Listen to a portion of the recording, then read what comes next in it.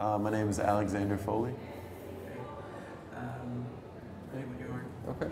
So just like yesterday, I want to see what your views are about the lesson we just saw. All right. Your thoughts. Some of those questions are even the same, so Okay. be familiar. So let's just start in general. What do you think about the lesson we saw today? Today, I thought it was very good. I think Mr. Kahn put a lot more preparation into it than he did for the one yesterday. Okay. And I definitely think it was a lot more of application of knowledge than gaining knowledge. And give an example. How did you feel? Why do you feel that? Because the whole Supreme Court thing, I think that's something that we sometimes do in that class, and I think it's a good thing that we do in that class because it's really taking what you learn and making sure you know and making sure you can use it. So the application. Like, I think like a class like that is very hands-on. It's less, works and charts, and it's a lot more doing and writing and speaking. And I think when we get to speak what we learn, then we can actually use it. Now, because I think it's a little bit more useless just to know the facts of it, like just to know like factually you have this right, you don't have this right. But once you like know how to use these rights and know how to apply these rights in like law cases or in court, I think it's a lot more useful to know. Okay. So let's go over the key points from our lesson and then kind of go more in depth about each part. So at the beginning you had the table, right? Yeah, on the chart. board, the chart, yeah. What do you think about that? Kind of. I think it was good because it was useful. I think a lot of it we already knew though because most of it was things we had done yesterday and it was the homework. Right. But I think why Mr. Kahn did it was just kind of to make sure that we all knew it and make sure that we knew it in depth. And I think by giving us a chart, it was kind of easier for us to immediately use it and refer to it when we were doing the later part of the lesson. So you think it's a good idea in other subjects as well to use a chart just to organize? Yeah, I think it's a good idea to use a chart that we write in to organize our thoughts, but if he had given us an already filled in chart, I would have thought that to be a useless thing. Okay. Why is that? Why the difference between the two? Because when you fill it in, I mean, I didn't fill it in the way at least I did. I didn't fill it in exactly word for word on his board. I filled in what I needed to know or what I thought. Okay. Or like I made certain things bigger or smaller based on how important they were. Okay. And I think that's a lot better because if you had just already gotten a chart, then first of all, you don't know it as well because you didn't write it yourself. And second of all, it's a lot harder just to find what you need. Okay. But I can organize it myself in the way I'm going to use it. Okay, now over the chart, at one step he said, I'm going real fast, I know, let's go on. What do you think about it? Did he go real fast or was that? Sure. Take a break here.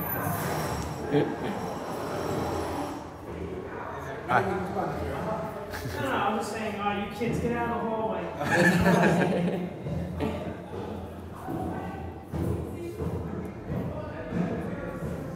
Very good kid.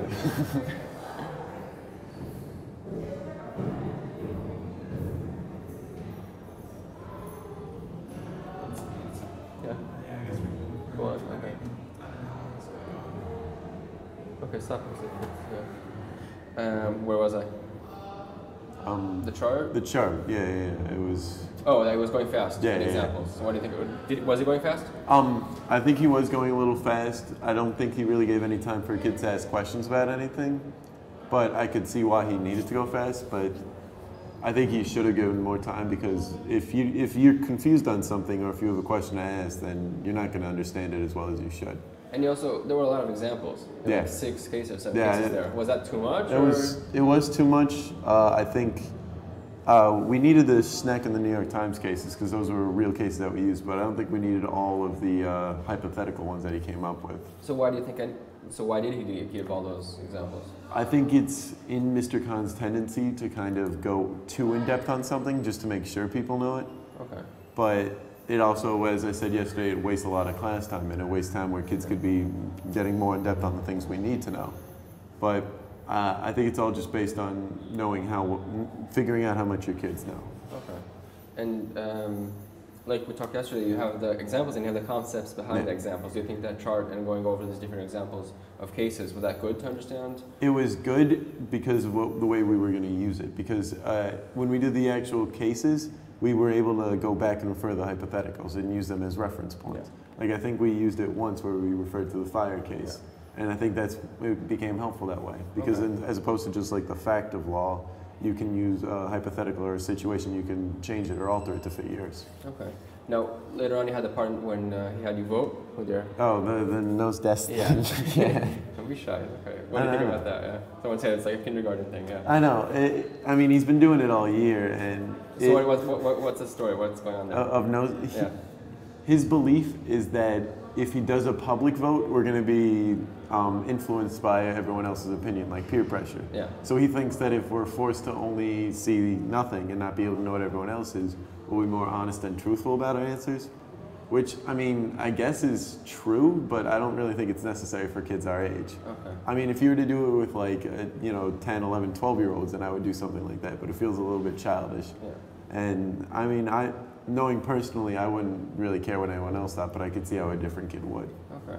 Now, you were, later on you went to the court to kind of the mock court thing. And which side were you on? You were on the... I was on the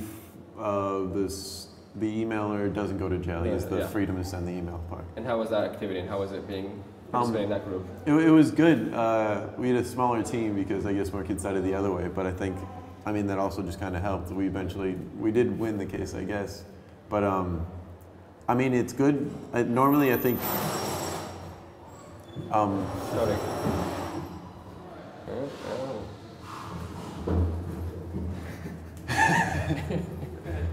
All right. Start again, yeah, so I mean, normally when we do a case like that, we have more time to do it, so we would have more time to prepare, and sometimes even go home and do some background research. Yeah. But I think you wanted to get it all in one lesson. Yeah. But I still think most of it did rely on the people you did pick, though. Okay. So when he does something like that, I think the people in the team do a lot less than the people picked, because a lot of it is on the spot thinking and less preparation. And you weren't active. You were. I didn't act. So because he chose one person at random because he tries to pick someone who's normally not going to talk. And the girl who wanted to go for our group was Renee. And I didn't want, I mean, I would have liked to go, but I didn't put up a fight because I know she really wanted to, and she's more of an elegant speaker than I am. So anyway. do you think that you learned less because you weren't active, or? Kind of. I guess so. I guess I don't really get to see how I would apply the knowledge. Is there a solution? What have you done maybe differently to make everyone in the group more active? I mean, what I would have done is just given more time, because if you give like a full lesson for kids to prepare, then everyone's learning because everyone's giving that one person their facts and their sides of information. I think the staircase is about to get really noisy. The class is over. Okay. Okay, so we're just gonna stop. Or any general things you want to say to the end there? Sorry, this is. It's all right. I think it was a very good lesson, and it was better than yesterday because there was a lot more kids doing stuff. And what's good about Mr. Kahn? Like, what do you? Mr. Kahn is good because he puts his students first all the time, and he puts them being interested and them being involved first, as opposed to other teachers who will work by an agenda and know that like they need to get this out there by this time. Yeah. He makes sure the kids know it and use it before he moves on to another subject. Great. Yeah. Yeah.